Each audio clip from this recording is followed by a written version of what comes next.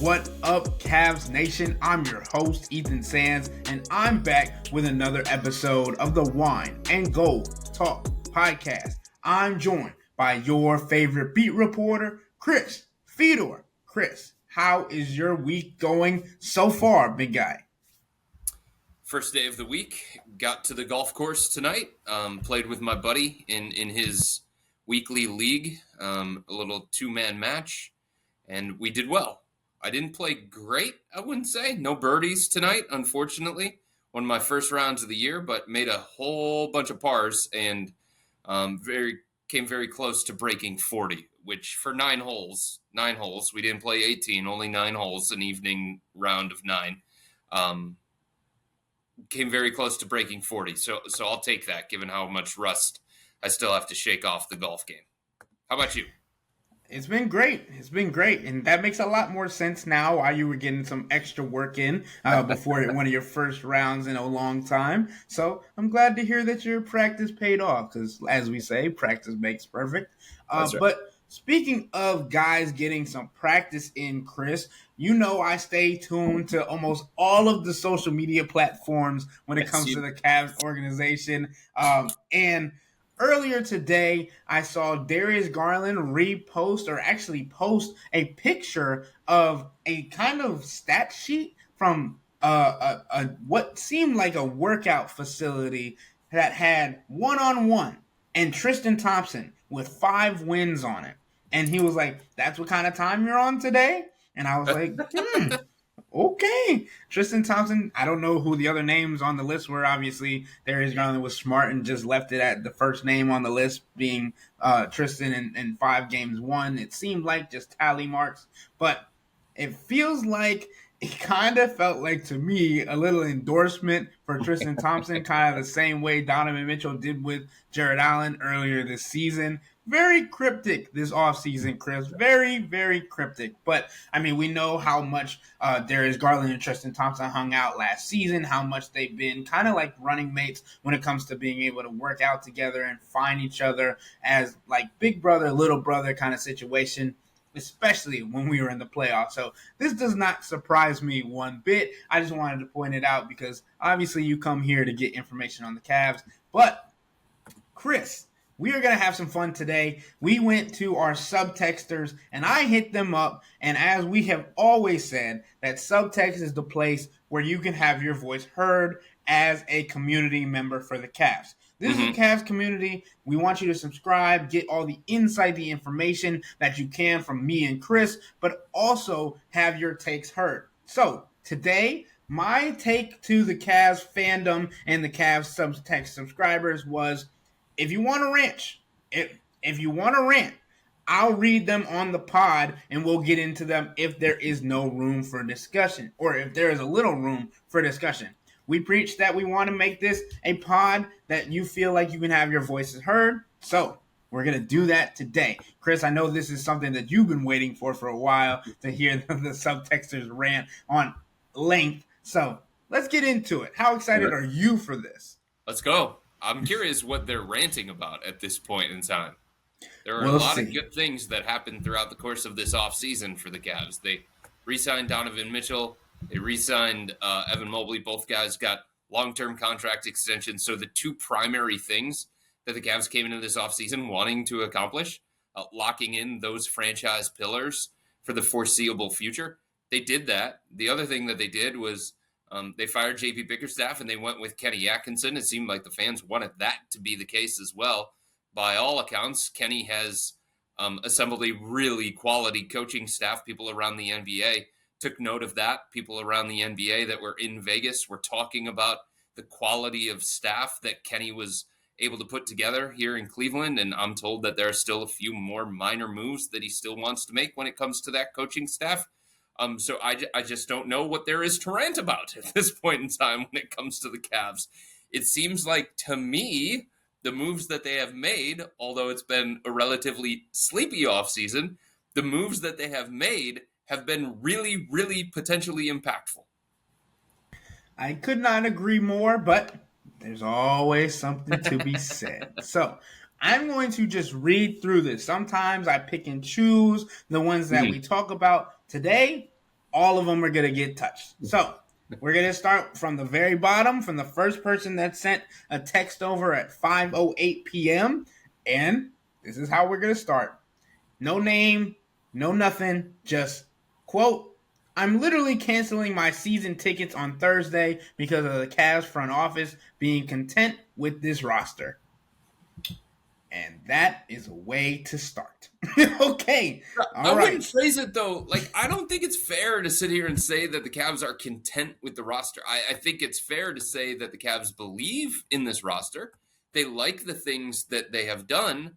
I think they're just working within the parameters of the current collective bargaining agreement and their salary cap situation.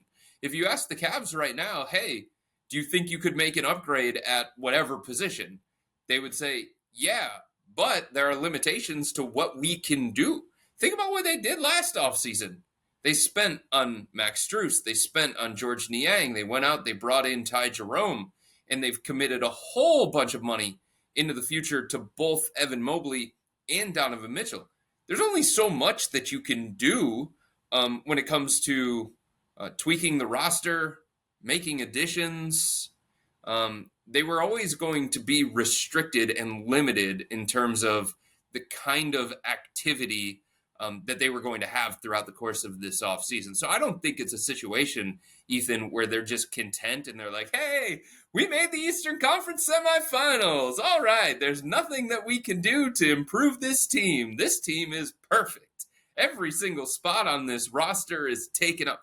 No, it's not that situation. But this offseason, given all of the limitations that they have in terms of the salary cap, in terms of the first apron, it was always going to be an offseason focused on their own as opposed to a whole bunch of external activity, unless there was a unique opportunity that presented itself. The other thing that I want to point out is that this is only the first transaction season, right?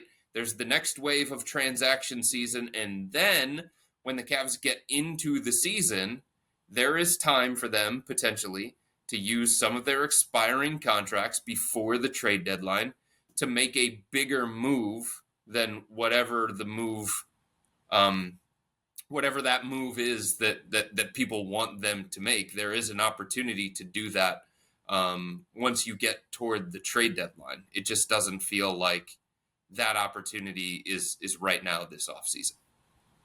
And I'm glad you did that, Chris, because obviously, if there are questions within these subtext, answers, rants, whatever, we will get into them if there is room for that. But so that's not going to stifle us from getting into conversations and stuff like that. But we want to get into all these questions and rants from our subtexters. Mm-hmm. The next one from Frank from Cincy. He says, seems doubtful much will happen before the trade deadline this year. Time to start taking...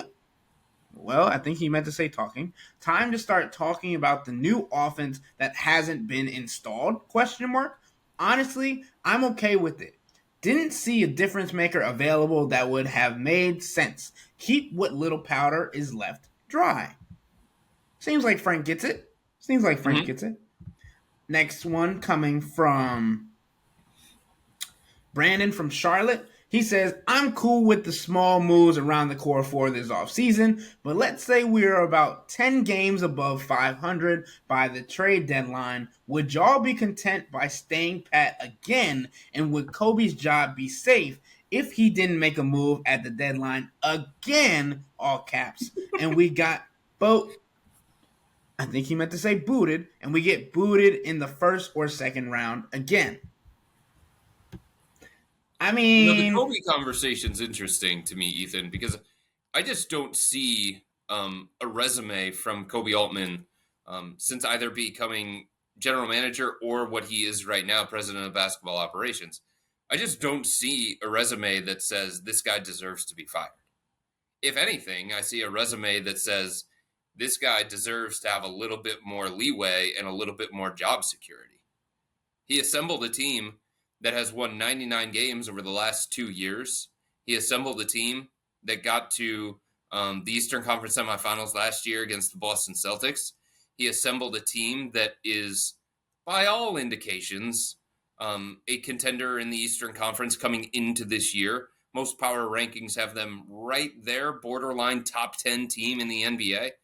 That's a good thing. And, you know, the limitations that he has had in terms of trade assets, in terms of money to spend in free agency, in terms of draft capital, those things are real. He's dealing with that. General manager Mike Gansey dealing with that. For him to find Craig Porter Jr., a rotation player, undrafted free agent, two-way contract, convert to a standard contract, like that's a big coup. That's a big deal for this type of organization, right? For him to be able to find Dean Wade as another diamond in the rough, another developmental success story. That's a big deal.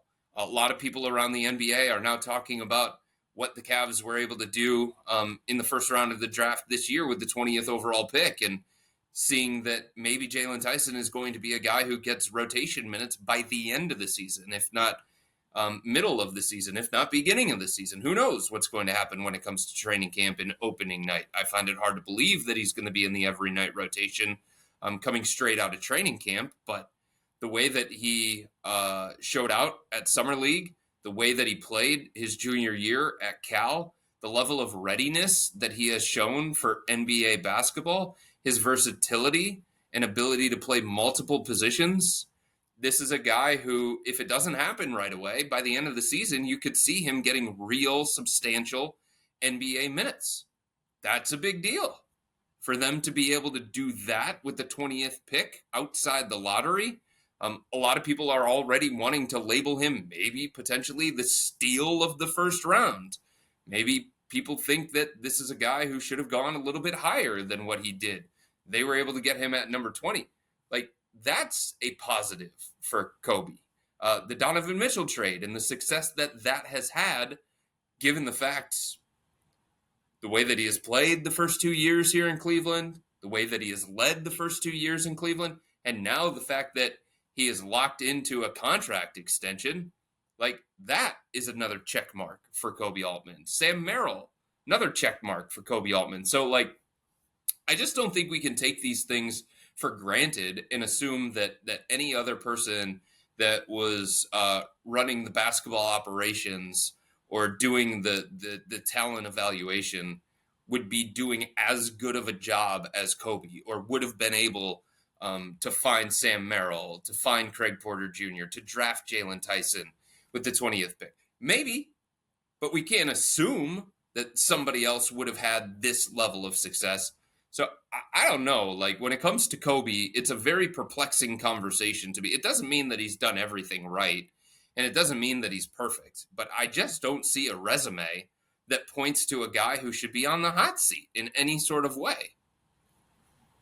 Yeah, and you mentioned Jalen Tyson, and I really thought about it today. Like, there is a situation, he's shown a lot this summer league, this beginning of camp, all of these different things to where you could see him kind of like battling it out with guys like Ty Jerome and Craig Porter Jr. for like backup guard spots, or even rotational minutes as a small forward, depending on how Kenny Atkinson and the Cavs want to use him. So I definitely think that's something to look for coming into this next season. But the next question from our subtexters, from Scott in Greensboro, North Carolina. He says, "Hey, Chris and Ethan, is Darius hitting the weight room extra hard this summer? He really needs to put some muscle on so he can better handle the 82-game grind and playoff run." To me, I would think that Darius Garland is doing everything he can this offseason to get back to his original weight from before the season started last year. And then after he lost said weight, when he was drinking out of a straw due to a fractured jaw, like, there was never an indication that Darius Garland was all the way back to 100% or all the way back to his game weight. Like, you think about, like, talk about the NFL and football, like, players have like playing weight, game weight, that they're used to throwing their bodies around that and all of that. Darius Garland never said he was back to 100%. And there was multiple times that Darius was asked, and he was like, "I'm almost there. I'm getting there." Yeah. But it was never an indication that he was back to feeling like his true self. That could have been mentally with all the things that we've talked about in the past that he was dealing with. That could have been physically with all the things that he was dealing with through that last season. Because we understand that this past year for Darius Garland was the hardest of his NBA career thus far, right? Yep. So, do I think he could put on some extra weight along with Amani Bates in the weight room and put some muscle on as well, along with the weight that he was trying to put back on that he had originally lost? Sure. But I don't know if that is exactly what he's been focused on rather than focusing on just getting him back to the playing weight that he was used to. Yeah, I mean, I will say, Ethan, it has been a focus of Darius. I think Darius understands that he's got to get bigger, faster, stronger. He's got to become a more physical player, especially when it comes to playoff basketball. He got a taste of it for the first time against the Knicks 2 years ago. He came back. He talked about getting stronger. He talked about learning how to deal with that physicality. He talked about learning how to deal with the ups and downs and stuff like that. And I think, coming off a series against Orlando, tough physical team, coming off a series against Boston, tough physical team, had to deal with Drew Holiday, had to deal with Derek White, had to deal with Jalen Suggs at times, Gary Harris other times. I think Darius fully understands that getting stronger, getting more physical, being able to better absorb contact, being able to deal with a level of physicality, grabbiness, holding, all of that what you see in the postseason, that's going to be really, really important for him. The other thing that he's going to have to learn how to do is finish around the rim through contact. He's not somebody who gets to the free throw line a whole bunch. We understand that there are differences in everybody's game. He's more of a finesse player. He's more of a herky-jerky player. He's more of a change of pace type guy. But finishing through contact at the rim, that's something I know that people inside the organization have talked to Darius about trying to get better at as well. So I think there are plenty of things that Darius and everybody else inside this organization are focused on. Everybody has different goals throughout the course of the offseason. I will say that for Darius, one of those goals, a goal of his, is to get more physical and to be a stronger player. That being said, Chris, he doesn't want to lose that shiftiness, right? That's right. Is what makes him who he is. And yes, as I said, I've been on, you can call me a stalker all you want. I've been checking out the stories, the Instagram page and all of that. Darius is definitely getting to his bag work, as people call it nowadays, and working on his handle and making sure that he's still getting off screens and making able to convert from beyond the arc, all of those things. And there was even a post that was made, maybe it was last week or a couple weeks ago, that he had to ask the Instagram or Twitter refs if it was a travel or not because of how badly he caught the defender lacking. So I think it's definitely a give and take when it comes to Darius. And like you said, Chris, and you emphasized it well, that's one of the emphases for his off-season growth, is getting to where he feels comfortable at his weight, strength, and where he can finish at the rim and contribute inside the interior rather than just solely being a drive and kick guy, because that's what we know him to be right now.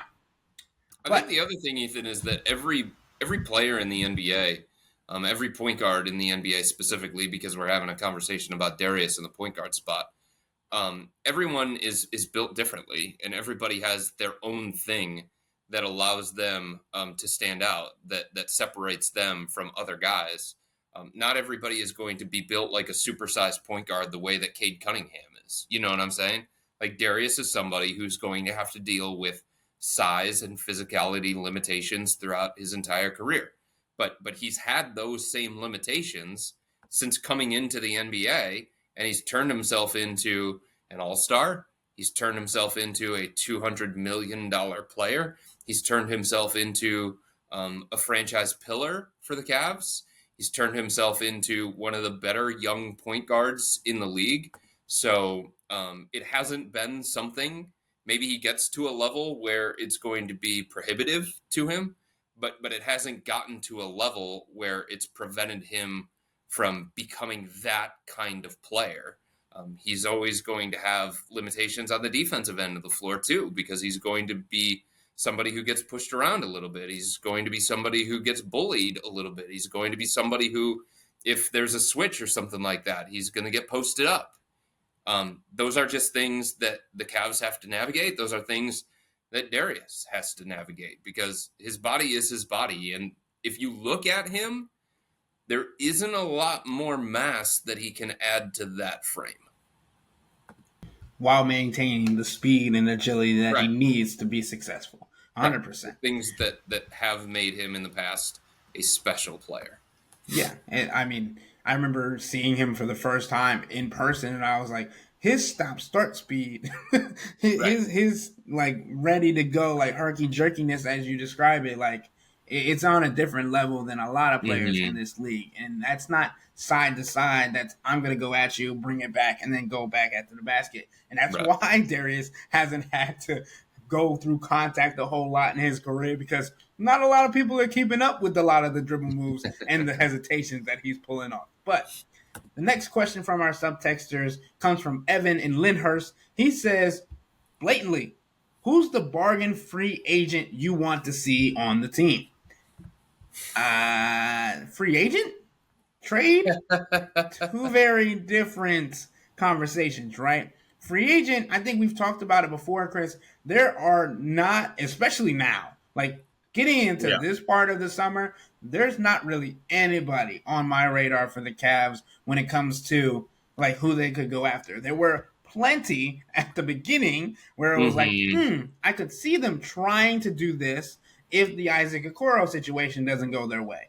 I could see them trying to do this, but like when it comes to the money aspect, and it feels like it always comes back to money, right? The second apron, the first apron, wanted to stay out of the luxury tax. All of those things come into play or came into play in the beginning of the offseason for the Cavs. And now it's like slim pickings and guys that they don't feel like would be much of an upgrade when it comes to the guys that they already have on this roster. Yeah, I don't hate the idea. And we're talking about maybe veteran minimum type salary, perhaps a little bit north of that if the Cavs want to dip into the mid-level exception. But at this stage of free agency, July 22nd, these guys that are available in the marketplace, they're not looking at big-time contracts, right? They're not looking at breaking the bank.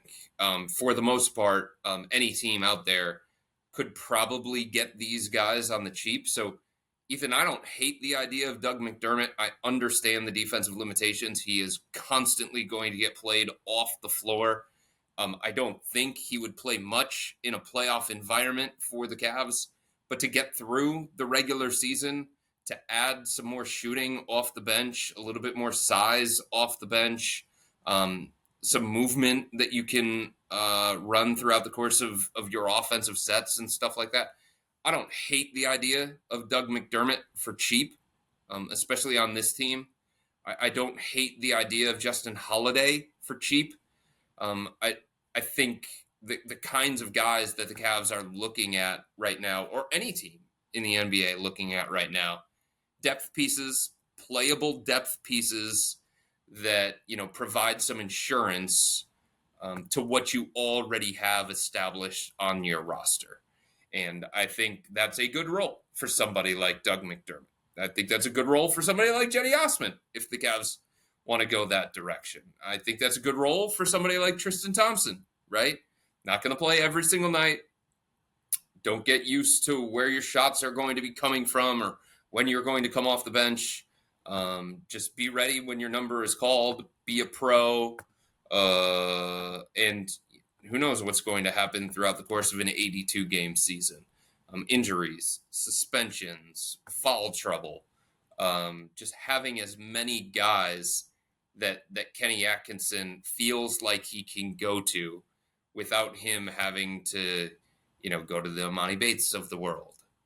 I think that could be beneficial for a team like the Cavs. In that sense, Chris, I feel like we talked about earlier, Tristan Thompson would be my pick if we had to go that route because he already has a relationship with almost everybody on this team outside of Jalen Tyson.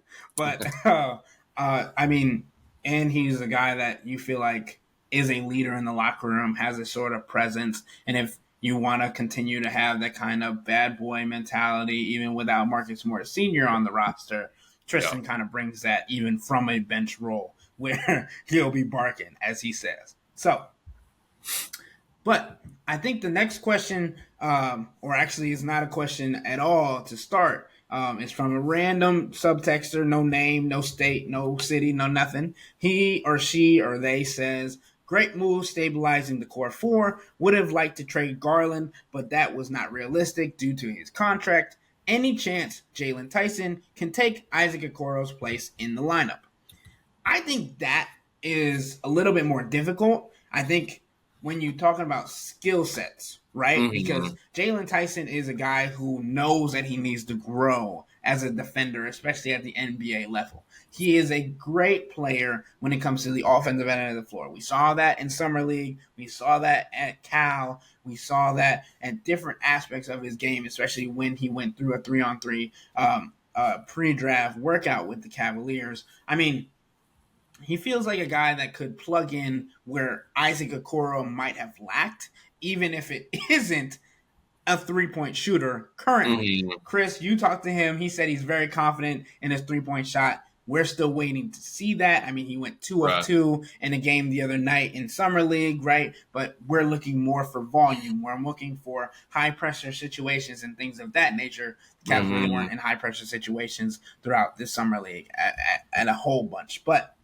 Jalen Tyson picking up as a small forward where Isaac Okoro may leave depending on if he accepts a qualifying offer or if the Cavs decide to use him in a sign and trade. I could see it more so in like a backup role. I could see it in more so of a small ball lineup role where you think about what he's doing offensively with more shooters alongside him. But I definitely think it's difficult to put those two skill sets next to each other because they kind of do the opposite of each other when it comes to defensively. Yeah, and I understand. I understand where the texter is coming from. If you're talking about trying to get Jalen Tyson some minutes, somebody's going to have to lose minutes, right? So it's easier to point to Isaac and say he would probably be the one that would lose minutes. Sam Merrill, same thing. More so than somebody like Caris LeVert, who has a clear relationship with this coaching staff, a trust already built in with this coaching staff, and he's got a clear role, a role that the Cavs need for him. They need some scoring, consistency off the bench. They need some ability to make plays, create shots, both for himself and for others. So I understand that the thought of, well, if we're going to squeeze Jalen Tyson into the rotation, if we're going to try and get him minutes, who loses some? It's not going to be Caris, right? It's probably not going to be Dean Wade, depending on how this coaching staff feels about him, depending on how healthy and what place he is from a confidence standpoint. It's probably not going to be George Niang in the regular season, at least. So you look towards somebody like Isaac. But I agree with you, Ethan, in terms of what Isaac brings to the table is special, it's different, it's unique, and Jalen Tyson's not bringing that level of defense. He's not bringing that defense at the point of attack.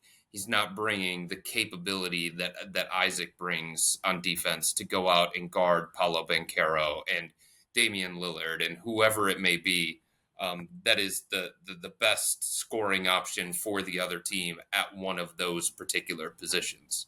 I think the only one, if Isaac's not around, if another team gives him an offer sheet that is just out of a range that the Cavs are comfortable going to, I would think that Caris would probably pick up as the quote-unquote defensive stopper, shift into that kind of role and take a lot of those matchups. I think Max Strus would have to take a lot of those matchups, but I'm like you, Ethan. I don't see Jalen Tyson and Isaac Okoro as comparable. So if Kenny Atkinson is saying to himself, hey, like, we need somebody to replace the defense of Isaac Okoro. We need somebody because Isaac's in foul trouble because he's actually on this roster.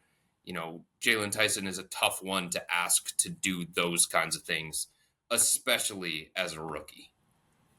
Right. Right. And I mean, sure, Jalen Tyson had some lofty goals when he came into his introductory press conference talking about wanting to be named to any defensive team in his rookie season. That's also kind of coach speak. We've talked about that a couple times, right? Like that was what Yeah. he was said to have had as his weakness coming into this draft. So having a mindset to go the opposite way, you love to see it from a rookie. You don't see it a whole lot. So things that come into play, right? But the other thing that you mentioned that I liked was Karis LeVert was as the point of attack defender, right? Because when you think about what the kind of lineups they put together when they needed scoring and things of that nature, they would switch Karis with Isaac last season because you don't get the same amount that you get from Isaac, but Karis is still pesty on the ball. Karis is still long and able to defend at the point of attack against point guards, shooting guards, even some small forwards.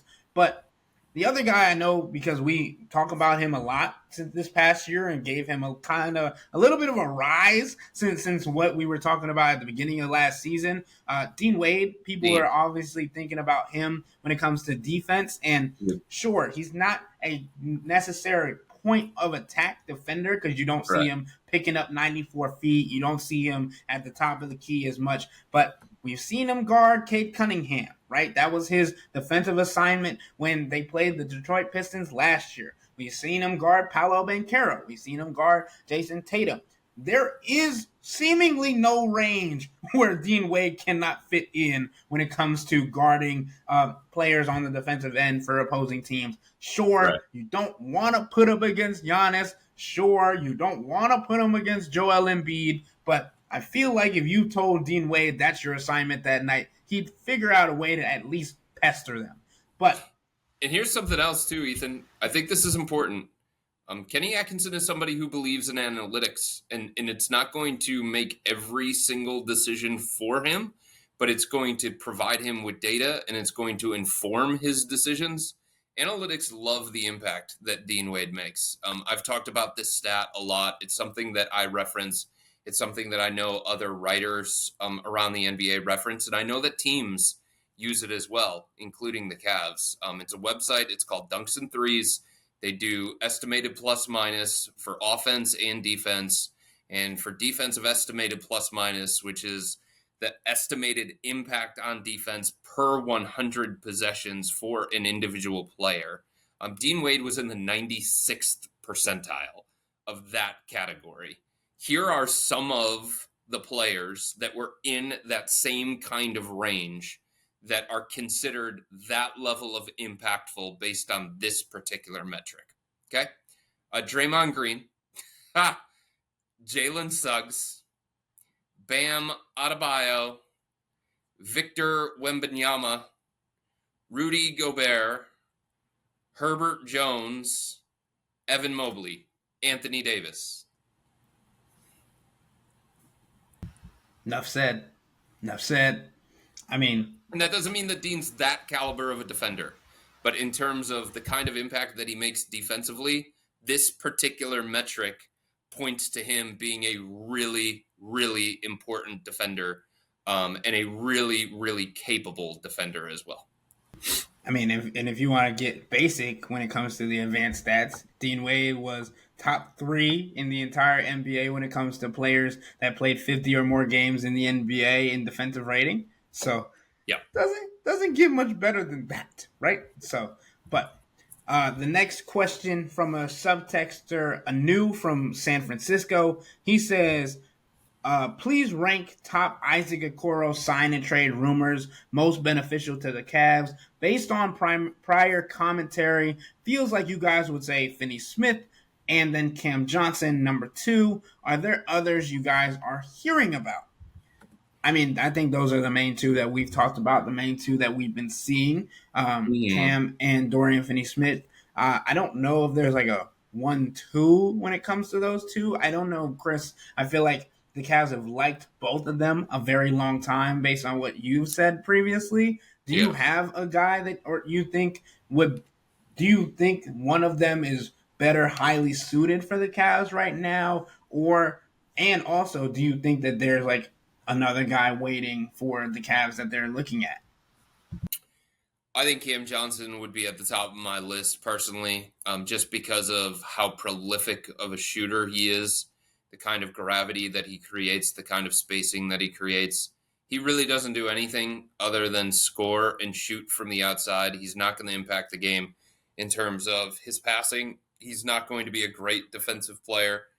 He's not a great rebounder either.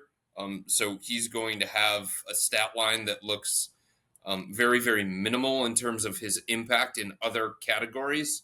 But the gravity, the 3-point shooting, the threat that he is every time he's on the floor, and just how good he can be for a team's offense in terms of raising that ceiling, especially on this team where Darius is going to create so much. Donovan's going to create so much. You could potentially create with Evan Mobley in the post or from the elbow. Karis LeVert can create as well. You don't want Cam Johnson to be the kind of guy who's going to go create offense for himself. He's not that kind of player. His production is oftentimes going to be tied to how good are the shots that he gets, how many looks do his teammates create for him. And I think that works on this particular team. I totally understand the appeal of Dorian Finney-Smith. He's longer. He's a better rebounder. He's a better defender. He can probably guard 2 through 4. 2s might be a little bit of a stretch, but certainly 3 and 4. I think some 2s he can probably get away with. He does have more experience. He has been on the radar of the Cavs in the past, just like Cam Johnson has as well.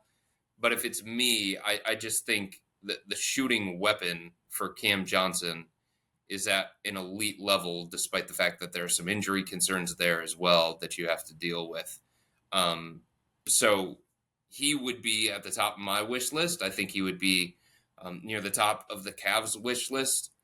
I think the other team, just to kind of watch, we talked about Utah and the salary cap space that they have.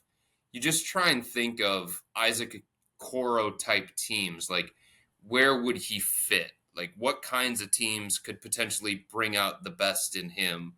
What kinds of teams need some of the stuff that he brings to the table? And of course, I start personally looking at the teams that are really bad defensively and want to change their identity, want to get tougher, want to get more competitive. I think San Antonio is an interesting team to monitor from that standpoint. I don't know the level of interest that the Spurs have in Isaac. I think Detroit obviously comes to mind. I think Orlando comes to mind for an Isaac Okoro type team as well. But San Antonio, I know for a fact, has somebody inside that front office that I don't want to say they swayed Kobe Altman and Mike Ganzi's decision in the draft in 2020, but they weren't working for the San Antonio Spurs at the time. And it was somebody that this front office talked to about these draftable players. And they recommended Isaac Okoro very, very highly because of what they knew about him, because of the experience that they had with him. So there is somebody inside the San Antonio Spurs front office that is an Isaac Okoro believer. And I do think that they need to get better as a defensive team. It's one thing to have Wemby, right? It's another thing to have Chris Paul at the point of attack at this stage of his career. Having somebody out there on the perimeter that can just be a tenacious, on-the-ball defender, a disruptor, I think that helps you become more competitive if you're a team like San Antonio. That helps you change the culture a little bit. I haven't heard anything from my sources around the NBA about San Antonio having interest in him, but I think that's a spot that is worth monitoring at least. My, would that defense be scary? Oh my goodness! Like you think about Isaac Okoro playing into the hand, like playing the opposing best ball handler into the hands of not only his vacuum, his little vortex that he puts defenders in, and then he said, "All right, well, I'm a little tired now. I'm gonna just lead you down to Wemby and let him finish the job." Ridiculous, scary as heck. But the next question, and a little bit of a rant, comes from our guy in South Bend, Derek. He says, it seems like a lot of people think that if Mobley were to just develop a reliable three-point shot, then his pairing with Allen would work. However, unless Allen does the same, and that's incredibly unlikely, JA's defender will still be near the basket, clogging up the lane for Mobley and others. A knockdown three-point shot would be a great addition to Evan's game, but it's not a panacea for this offense. Ultimately, Panacea. Good job. Nice. All right. Ultimately, I think Allen would be better off with a stretch four, and that Mobley is too talented to be limited to just float around the perimeter, waiting for catch and shoot opportunities while sharing the court with a big like Allen. I'm sure many in the Cavs front office see this issue, but when do you think something is done about it? Well, I mean, if we had to put a date on it, I would say next year. I would say potentially at the trade deadline, but I think they're at least going to give this a chance throughout the beginning of this season to see if Kenny Atkinson can make it work, right? Because Jared Allen and Kenny Atkinson have history. They have understanding of what each other are good at and those kinds of things. But I think they want to keep the core four. But if there is a drastic difference between what Evan Mobley brings into this next season than he did last season, that could help. But if it's still not enough and they see themselves kind of waving in the Eastern Conference at the trade deadline, I would not be opposed to seeing the Cavs do a move in that kind of capacity to make a different change and see where they can have for Jared Allen, who still has some pull around the league. Yeah, I think they make the change, Ethan, when they feel it's necessary to make the change. I think they make the change when they feel like having Jared Allen on this roster alongside Evan Mobley is a significant detriment to their progress, to Evan Mobley's progress, and to their ceiling as an organization. And I just don't think they're at that point yet. I don't think they need to be at that point yet. Here's the other variable to this whole thing. Donovan Mitchell loves Jared Allen. Donovan Mitchell loves the partnership that he has created with Jared Allen. Jared Allen is one of the premier pick and roll bigs in the entire NBA. Beyond the fact that, he's such a good anchor on defense, beyond the fact that he's such a good rim protector on defense, beyond the fact that he is a low maintenance kind of guy, he is an elite pick and roll big. And that is extremely valuable in today's NBA. That's extremely valuable for this team specifically because of Darius Garland, because of Donovan Mitchell, because of their reliance on that particular play. And even though Jarrett can't really space it out to the three-point line and knock down those shots, he has enhanced his offensive game. He can knock down that mid-range jumper. He got more comfortable with that as the season went on this past year. He got more comfortable as a playmaker. He got more comfortable as somebody who could catch the ball on the move and do some things with it when they got the ball in his hands. And he creates a lot of vertical spacing. There's different ways that the Cavs can use the spacing that Jarrett creates. But bottom line is he makes things easier for Donovan.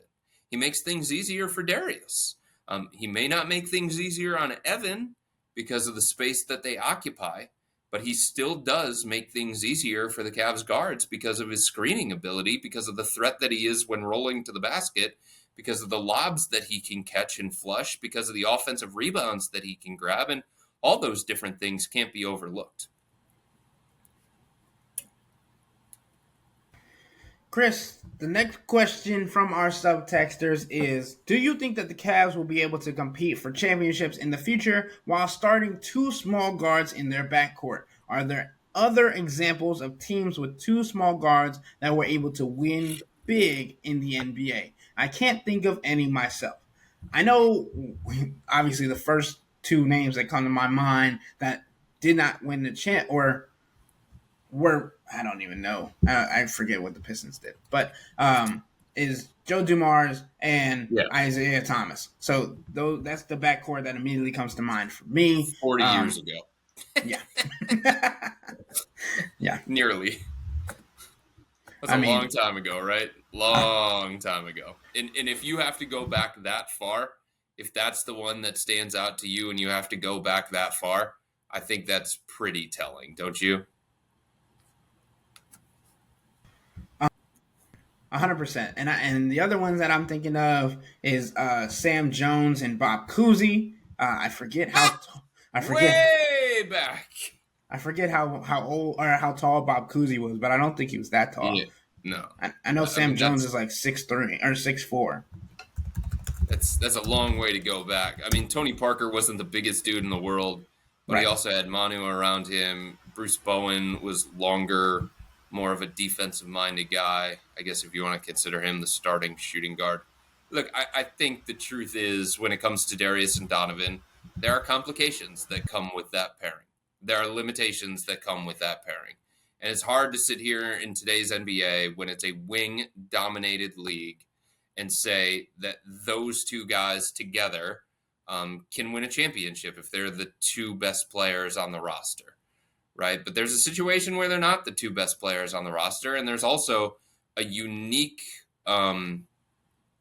makeup to this roster that I'm not saying that is going to happen because I understand the complications and I understand all of the hurdles, but it would feel like to me, Ethan, if there's a situation where it can work, it's here with this makeup of Evan Mobley and Jared Allen protecting those guys on the defensive end of the floor. And Evan Mobley and Jared Allen maybe making things easier and creating space for Darius and Donovan on the offensive end of the floor. So I have my doubts about whether those two guys together can win a championship because of what this league is geared toward, because of the kinds of players that impact 7-game series the most. But I think if there's a situation where it could potentially happen, it's with the makeup of this roster, with the other guys, the other components around those guys,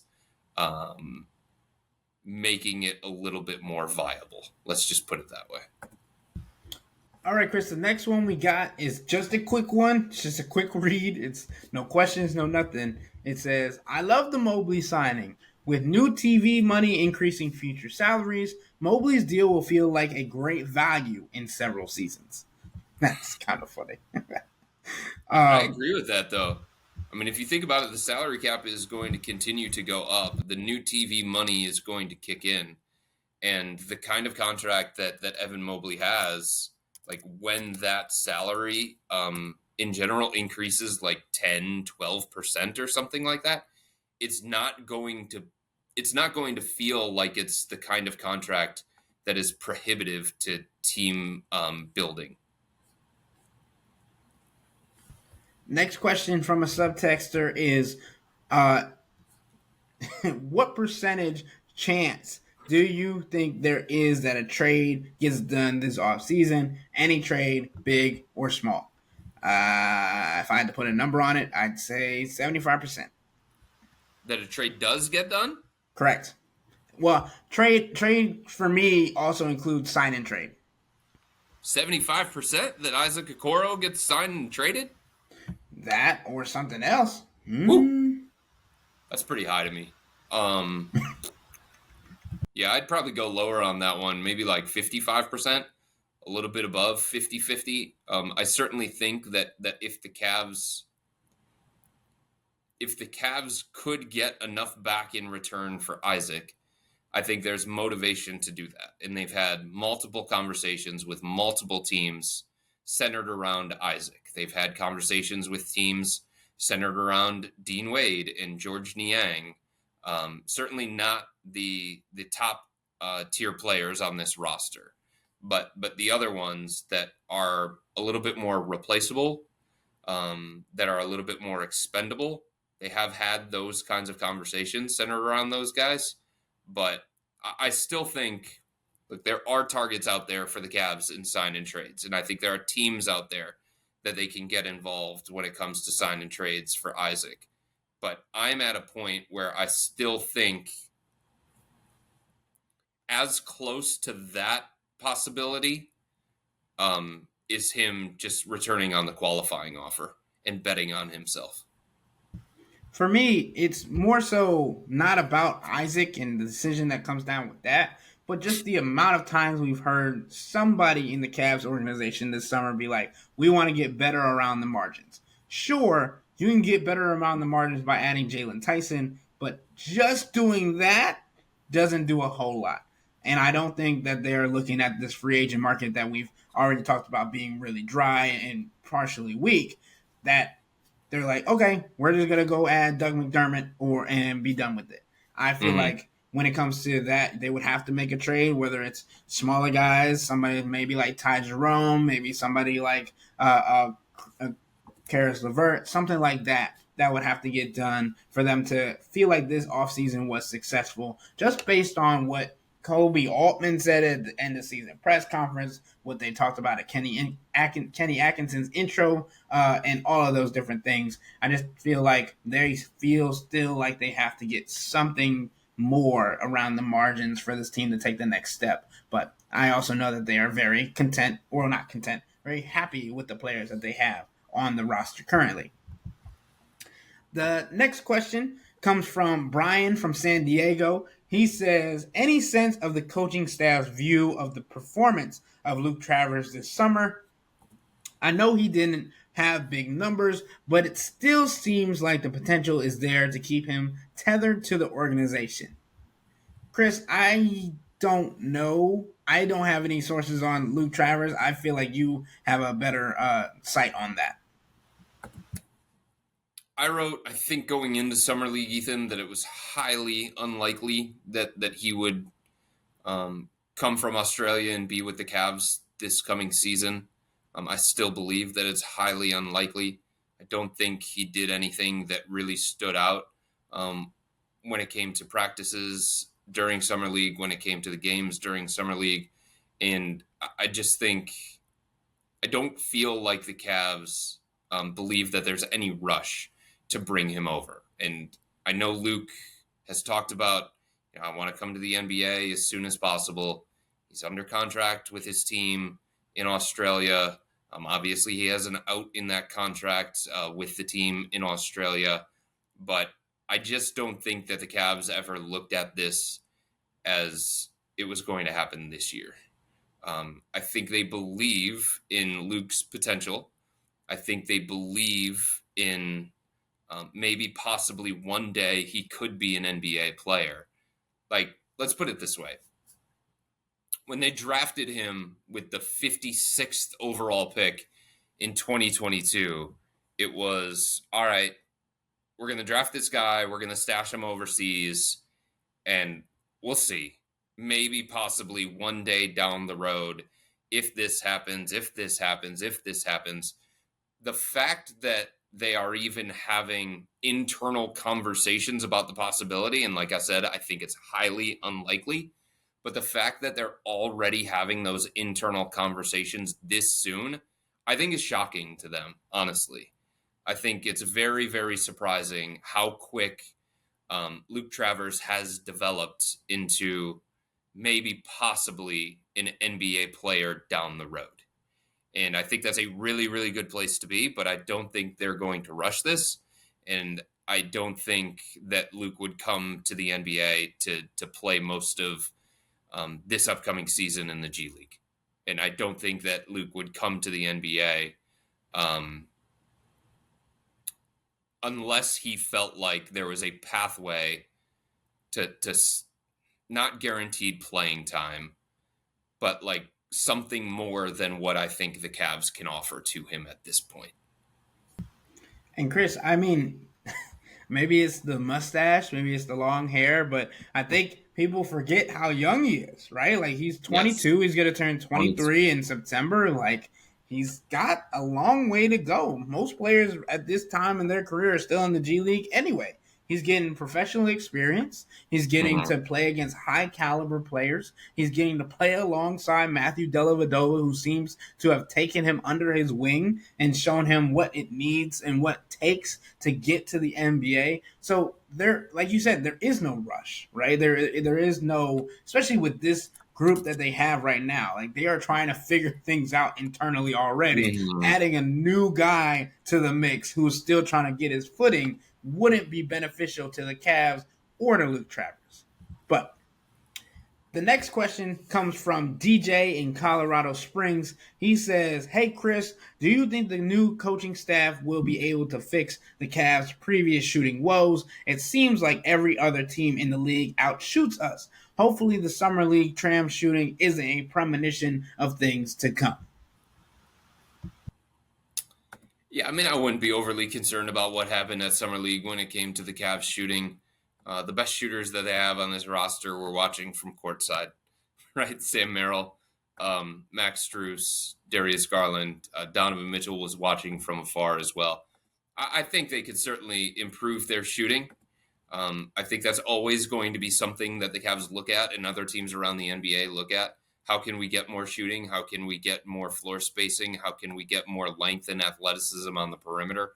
How can we find a way to get more 3-and-D guys across the roster? So that's obviously something that the Cavs are always going to look toward. That's one of the reasons why I brought up Doug McDermott, right? That's one of the reasons why I brought up Justin Holiday. But when looking at this roster makeup, I think the style that Kenny wants to play, and if you look back to his time in Brooklyn, one of the top 3-point shooting teams in the entire NBA, in terms of attempts for all 4 years that he was there with the Nets, I see no reason why the Cavs, based on the personnel that they have, can't be successful playing that kind of style. All right, Chris, we have made it to the last subtext of the evening, coming from Jeff from Brecksville. He says, "I don't have a rant. I think the Cavs did the things they needed to do. Donovan, Evan, and a new coach. I was 50-50 on JB, but I think it was time for a new voice. My worry is the Knicks and the 76ers have gotten a lot better, and we need to rely on health and internal development to stay even. Even Pacers and Magic got a lot better. At trade deadline, if this group is not keeping pace, and I'm optimistic they will, then they should take a risky swing. I don't know what it is, but you don't want to lose this opportunity when they're close." Yeah.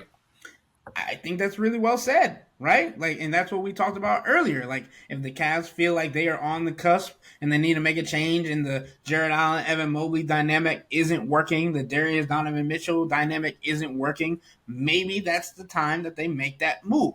Maybe that's the time that they take that next step and say, hey, we need to finally go ahead and make a change to see if something different will bring more value, will bring more efficiency, will change how the offense looks. And that'll probably be based on how the beginning of the season looks, right? Depending on which pairing looks better in the beginning of year 3 of the Donovan Mitchell experience. We talked about it. Chris has talked about it at abundance. Darius and Donovan Mitchell, Evan Mobley, Jared Allen. 2 pairings that we still have to figure out if they're going to work this season.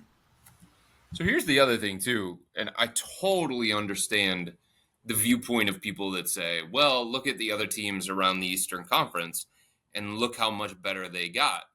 You don't just want to bank on internal development. You just don't want to rely on winning 48 games last year and getting to the Eastern Conference semifinals, because there's no guarantee that that's going to happen again. The only thing that I would say to counter that is, there was nothing that the Cavs could have done this offseason to counter Philadelphia going out and signing Paul George. There was nothing that the Cavs could have done to respond to New York going out and trading for Mikal Bridges. What were they supposed to do? Like, when other teams around the NBA make those moves, sometimes you just have to tip your cap, and sometimes you say, hey, we weren't in the same position to make those kinds of significant additions to this roster. We didn't have the salary cap space like Philadelphia did. to go out and get Paul George in free agency for nothing. We didn't have the kind of assets that Brooklyn would have taken back in return for Mikal Bridges, who obviously wanted to play in New York with the Knicks because of all of the Villanova connections. But even if he didn't really have a choice of where he was going to go in a trade, it's not like the Cavs had the assets and the means to go out and get Mikal Bridges. So sometimes teams are just better equipped and better positioned to go make these significant additions. And you have to do everything in your power to try and keep up with those teams. But that doesn't mean that there's somebody out there that is the caliber of Paul George that the Cavs failed to add in free agency, and they should be criticized for it. Or there's somebody out there the caliber of Mikal Bridges that the Cavs failed to trade for. You know what I'm saying? So I think sometimes it's just a situation where other teams around the NBA are going to get better because they're in a position to get better. The Cavs weren't in that same position this offseason. So there's so many people that say, well, the Cavs are not on the same level as Boston. They're not on the same level as New York. They're not on the same level as Philadelphia. Okay, you're probably right about that. But what can they do realistically to get to that level? Like, who is the player out there that is available to them, that they have the resources to go out and add to this roster that is going to put them on the same level as Boston? Please tell me, show me who that is. So I just think you have to accept the fact that sometimes other teams are going to get better in an offseason, and you can't overreact to that. You can't panic because of that. And you just do everything that you can do within the resources that you have to try and stay closely connected to those teams or on a similar tier as those teams. But like when Philadelphia adds Paul George, it's like a number of years ago, I remember having a conversation with somebody in the Cavs front office, Ethan. I'm sorry I'm going on this rant, but I remember this conversation that I had with a member of the Cavs front office, and they were a great team. They were the best team in the Eastern Conference. They were going to the NBA Finals every single year. And it just so happens that one summer, Golden State added Kevin Durant. And one of the members of the front office turned to me, Chris, and he said, what the hell are we supposed to do about that? They just added one of the best players in NBA history to a team that won 73 games. They just added one of the best players in NBA history to a team that was already going to compete for a championship. What the hell do we do in response to that? What are we supposed to do? Like, how can we go, okay, add Channing Frye. That helps us. More floor spacing, more shooting. Like, that's all you can do is work with what you have. So sometimes teams are just going to make moves that trump what you're able to do, and that's the case. Hats off to New York. They added Mikal Bridges. They got better. Hats off to Philadelphia. They added Paul George. They got better. But there's nothing that the Cavs can do. There's nothing that they can do to respond to that. I think like when you see those trades, and the ironic thing for me was when the New York Knicks trade happened for Mikal Bridges, we all knew Donovan Mitchell was in New York that day. Donovan Mitchell was at the New York Mets game, tweeting crazy about deleting his Twitter. And I thought it was going to be crazy if he deleted his Twitter after Mikal Bridges trade. I was like, oh, Lord, this is going to send everybody into the universe to be like, oh, well, he didn't get traded to New York and now he deleted his. No. So yeah. Thank you, Donovan Mitchell, for not sending the universe into spiral by deleting your Twitter for multiple reasons. But the other thing being that there are guys on this team that we've talked about this last year, this last playoff run, that believed in the guys in this locker room, right? And believed that they had the guys necessary to compete for championships. And if you tell me that Donovan Mitchell and Max Strus didn't see all these trades in the offseason and be like, so what? Get in the gym, let's go after them, and let's show people that we're better than them anyway. Like, there were so many times last year where the Cavs were counted out. And I said this all the time, and sometimes I got hate for it. But it got to the point last year where it felt like anytime the Cavs were counted out, there was some way that they would be resilient and show that they could do something and even just prove people wrong, right? So Max Strus, Donovan Mitchell are two of the guys that I really feel like we're looking at the trades and be like, well, how funny would it be if we met them in the regular season and just beat the heck out of them? How funny would it be if we faced them in the playoffs and they weren't how they were on paper? And or even funnier, be like, hey, how many dynasties of Paul George could we ruin? He went to the Thunder, he went to the Clippers, now he's on the 76ers. Can we just say that he didn't get anything because he had to go through us? Like, that would be a fun storyline, right? And sure, these are just things that I, as a competitor, would be thinking in my head, and I feel like Donovan Mitchell and Max Strus, who are guys who I feel like are the leaders of this team when it comes to guys that want to push everybody to the next level, would be thinking in these scenarios. Sure, it could be a little bit of egotistical thinking or just being arrogant or whatever you want to call it, but sometimes that's how you got to think, especially playing basketball. Like, we've talked about it already. Sometimes you got to take 30 shots and miss 20 of them and make 10 of them or whatever, just so you know, like Kobe said, I'd rather take 30 and miss 30 than take 5 and miss 5 and stop shooting, because that means that I stopped shooting, right? So, but Chris, I think we've gone on long enough with all the subtext questions and people not making fun of you with your background. So I think we're going to wrap up today's episode on that note. So with all that being said, that'll wrap up today's episode of the Wine and Gold Talk podcast. But remember to become a Cavs Insider and interact with Chris and me by subscribing to Subtext. Sign up for a 14-day free trial if you want to be able to have your voice heard on the podcast, and if you want to be able to get insight on everything going on with the Cavs as we continue to create a Cavs community with you all. Or to do so, you can visit cleveland.com/Cavs and click on the blue bar at the top of the page to get to the same kind of resources. If you don't like it, that's fine. All you have to do is text the word STOP. It's easy. We can tell you that the people who sign up stick around, because this is the best way to get insider coverage on the Cavs from me and Chris. This isn't just our podcast, it's your podcast. And the only way to have your voice heard is through Subtext. Y'all be safe. We out.